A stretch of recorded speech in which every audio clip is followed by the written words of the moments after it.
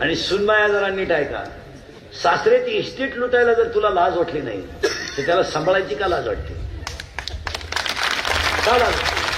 त्याला खोकला आला तर तू तोंड वाकडं करते, त्याला खोकला आला तर तो तोंड वाकडं करते, त्यानं घरात उलटी केली तर तू तोंड वाकडं करते आणि त्याची जमीन टेप लावून मुजीती. ही कोणती गोष्ट आहे?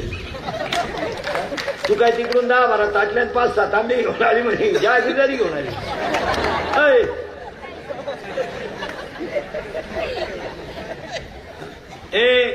एक भाऊ शेतीवर आहे आणि एक नोकरीवर आहे. नोकरीवाला भाऊ शेतकऱ्याला काय म्हणतो माहिती का?